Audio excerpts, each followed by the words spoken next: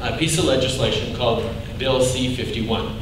A number of you will have heard about this. It's, quite frankly, a piece of legislation that has some worrying features to it. There are pieces in that legislation, however, that are significant improvements that will keep Canadians safer. Strengthening of no-fly lists, better use of preventative arrests, and much better coordination between and across intelligence agencies. But there are also flaws in this bill, serious flaws. This is not the bill that a Liberal Party would have put forward.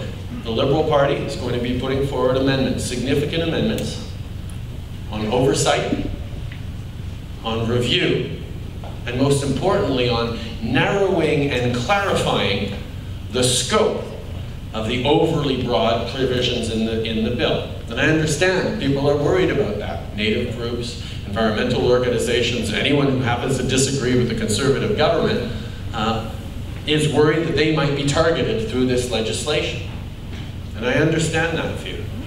And that's why, in a few months' time, if the government doesn't make those modifications, we will be offering Canadians in an election campaign improvements to this bill, and if we get elected, we'll implement them.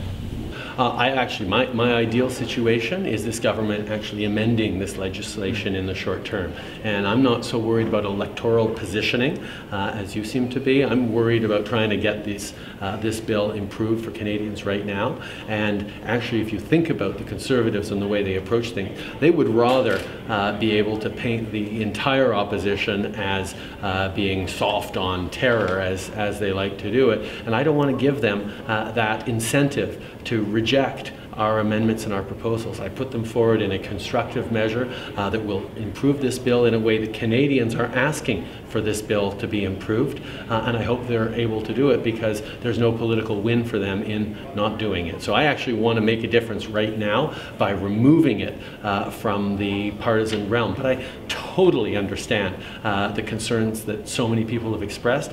I just know that in many cases they're expressed about the government making the changes as much as they are about the legislation itself.